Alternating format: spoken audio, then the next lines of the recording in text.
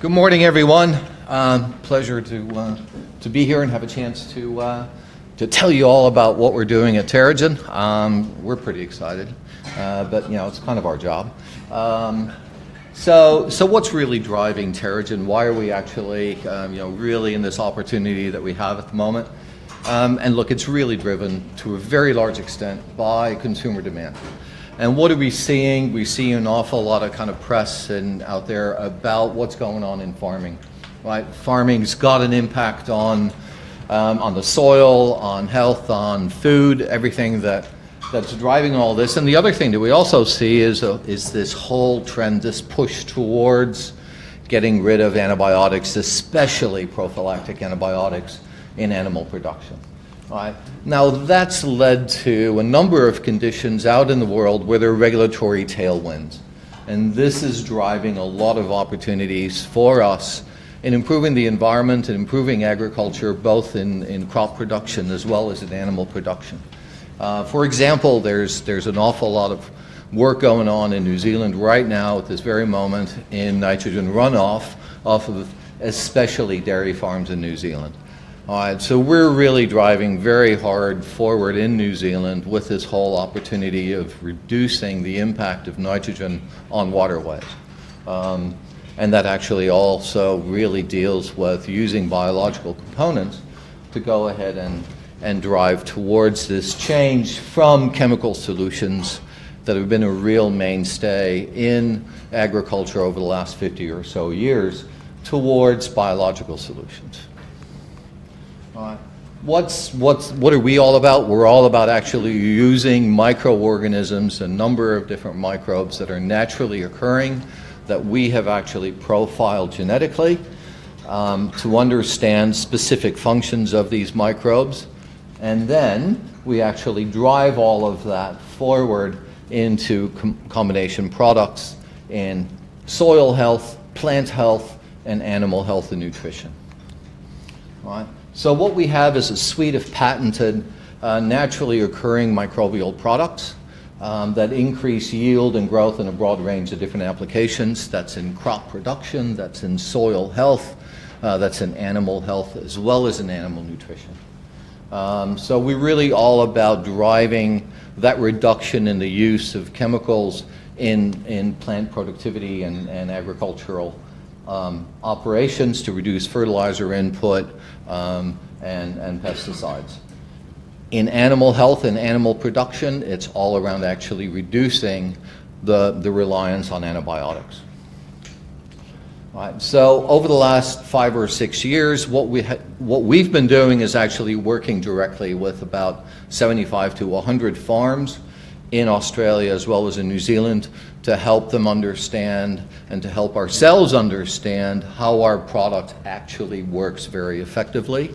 That has led to our ability to go ahead and implement earlier this year a distribution strategy focused on getting our products through retailers, agricultural retailers, and so far we've signed on 16 different retail organizations, including Elders, E.E. Muir's, Murray Goulburn, and we have about 67 is what it says here, but we have 68 different retail outlets that we've actually taken through a whole training program to be effective sellers and marketers of our products to customers.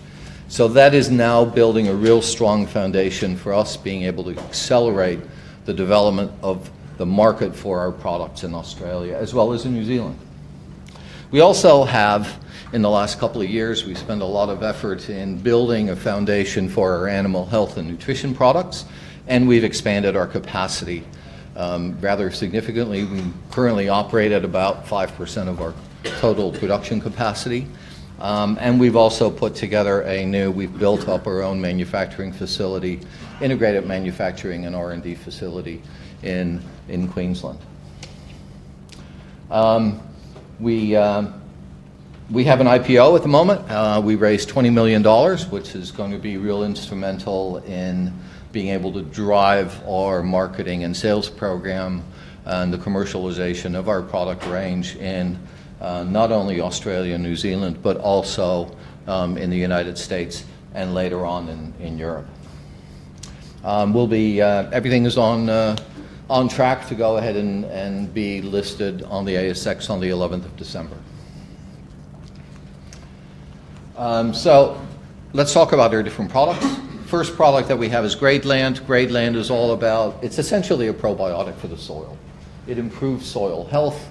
It improves the performance of that soil. It leads to an increase in productivity of that soil that enhances crop vigor, which leads to an increase in yield. It's better able to go ahead and grow. It allows for a reduction in the use of inputs such as chemical fertilizers. It doesn't eliminate it, because obviously you need sources of nitrogen and phosphorus and so forth and so on to actually for plants to grow. But what it does is actually makes all of that much more efficient. We have a product in development at the moment. It is actually a product that we're going to be able to commercialize in the United States because of the regulatory situation there. It improves the health of the udder of a lactating animal. Now that's predominantly for us cows, but obviously there are also goats and sheep that we're going to be targeting for that. We have seen in trials that we've run that it actually improves the quality of the milk, in addition to improving the health of the udder, which reduces general health issues in lactating dairy cattle. We have a product on the market that we launched earlier this year called Milo. Our trial that we ran for Milo was targeting very specifically calves, and we saw an 8.5% or so improvement in weight gain without an increase in feed intake. Not only that, we've actually, in about half a dozen or so on-farm trials since we launched that product in February, we've seen a significant improvement in the health of those particular animals that sustains itself as these animals get into further production. And then lastly, we have a product in development that's an anti-inflammatory product, very specifically targeted towards companion animals, so arthritic dogs and cats, as well as very specific conditions that you see in production animals, especially dairy cattle. Everything that we do is pretty conventional in terms of how it gets integrated into the farms. I'll leave that little comment from farmers there. So the real critical element to how we produce these particular products is that when you look at the efficacy of individual microbes in terms of providing a benefit, it's pretty limited. But when you start putting them in combination with one another, you can see that particular efficacy improves rather dramatically. So in the first three instances, you see what an individual different microbes can actually do. But when you start combining them, that's when you see that pretty significant synergistic effect. And that's the essence of our intellectual property strategy. It's all about the combination of microbes for specific applications. So for example, I mean, this is a nice example of how it actually kind of manifests itself in the development of roots. All right? So that's a picture of a root that's in development, that's been in our laboratory for about a week. You start seeing these little hairs, these root hairs developing. Right? Same amount of time. That's with Gradeland. All right? Same amount of time. The root hairs are weeks and weeks and weeks in advance of the development that you would see otherwise.